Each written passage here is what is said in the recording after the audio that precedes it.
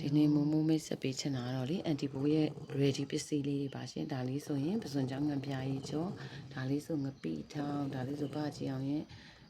စိတ်ငံပြားကြီးကျော်ဒါလေးဆိုရင်ပါကြည့်အောင်ရဲ့စိတ်လက်ဖက်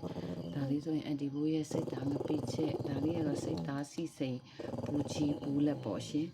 ဟိုဟာဒါလေးတွေကတော့အထုပ်ကလေးတွေကတော့ထုတ်ကလေးတွေကတော့ဒီမှာစိတ်သားမိခင်လေးရှိပါတယ်ရှင်ဒါလေးကတော့ပစွန်ချောင်းပလက်ချောင်းကျော်လေးပါရှင်နောက်ပြီးတော့ဒါလေးကကျတော့စိတ်ဆက်ကျော်လေးပါရှင်